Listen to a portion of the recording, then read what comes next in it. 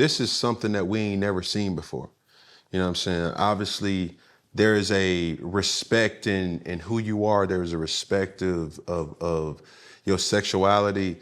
There's a respect in knowing that, shit, you that motherfucker. You know what I'm saying? How do you balance, or what's the niche with colliding two different worlds of being Beauty and the Beast?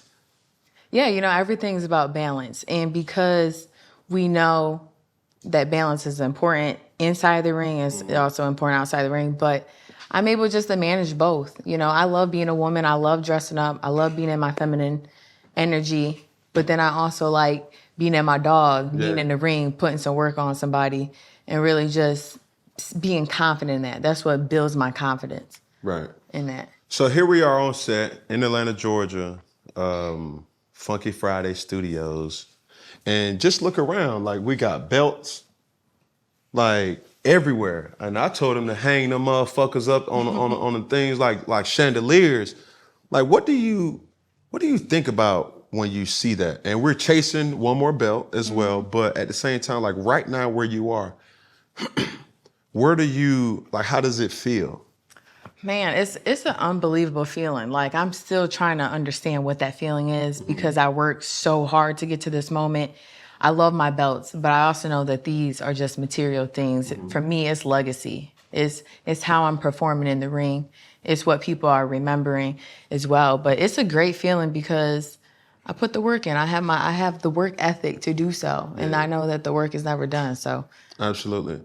So with that being said, now the training regimen, and I really growing up, I idolized, still to this day I do too, Floyd Mayweather, right? One of my biggest idols to date has been Muhammad Ali. And it wasn't anything that they did in the ring that made me idolize them. It was their belief. It was their wit. It was their persona. It was the character, but also, the purpose and drive. And similar to when I see you, it's like when the world seen you, and I was like, man, who the I'm speaking freely. I have a girl, so she could respect, just fine. Like, I said, who the fuck is this badass motherfucker on TV with these fucking buffs on about to fight? Why the fuck she fight? I was like, every dude has an epiphany, you know what I'm saying, when he goes into a strip club. Not comparing you to a stripper, but I'm just stay with me now. You have to really eyeball somebody and say, like, what you doing in here? When I seen you on TV, I was like, bro, what the fuck is she doing boxing? Can she box? Man, she too bad to get her ass knocked out now. So that's even the more reason why I was like, man, let me tune in to this motherfucker. Oh, she got hands, and she backing that shit up. You know what I'm saying? Like, how do you, like, where are we at with that bravado, with the culture behind you? You say you from Detroit. It looked like you from Detroit, and you standing on that shit. Like, how does that feel? It feels dope. I love that I'm in this position to do so, right? And like you mentioned, a lot of people didn't know up until like this last fight, like, who is this girl? Yeah. She looked good, but can she fight? Yeah. And it ain't nothing like backing your words up and really just putting somebody down. So throughout that whole time, like, you was jawing a lot, you know what I'm saying? And I think you put the world on notice, but a lot of times I often, from an athlete's perspective, I prefer boxing than UFC, but it's both combat sports. The thing that I see, really, the entrance, walking up into the weigh-ins, and I can see in a person's eyes if that moment's too big for them. There's no time in this last fight where I just felt like, I think she in over her head, you know what I'm saying? Round by round, opportunity after opportunity, it was just like, okay, cool, she's settling in. But even then, as a fighter, is this all a facade? How do we get prepared for, or how do we tell ourselves through it all, like, this is my moment? Yeah, it all comes down to self. Like, I really got to believe in my abilities and what I'm doing, right? And so going into a fight like that at that magnitude, it's like you either got it or you don't. You either trained for it or you didn't. And I prepare myself well for this moment. And so it's just about standing in that moment and believing in that. And when you believe in that, like true wholeheartedly, it's a different animal. Of course. It's an internal feeling. And I experienced that when I first won my title, and then this fight when I became unified. So it's just been dope. Yeah.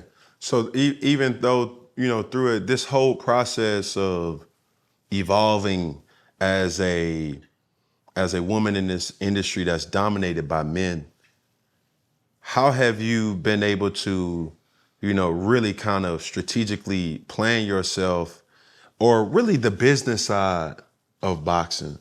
You know what I'm saying? Even when we were on the phone leading up into, this interview actually happening, I'm saying to myself, I'm like, damn, I didn't know that. Damn, the motherfuckers really be, getting blackballed like that. But, for you realizing as a young 8-year-old girl that just have a dollar and a dream, and then when you're thrusted into the limelight, what's the difference? Like, what's something that you knew or didn't know about this sport that you know now and then you just walk cautious with? Something that I did know is that my hard work was going to pay off, regardless of what that looked like. I was told you're never going to make no money in women's boxing. They don't care about women's boxing. Like, you might as well go do something else.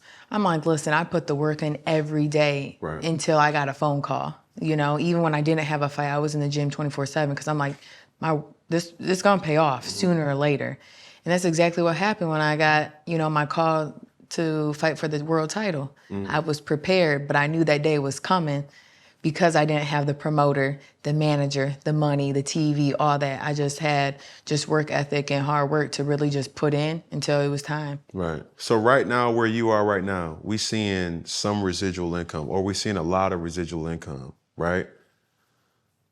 For the inspired boxer that sees this, what would you tell him or her the road to the top looks like? Like, how long were we doing this without no money being inserted in that Wells Fargo, Chase, Truist account?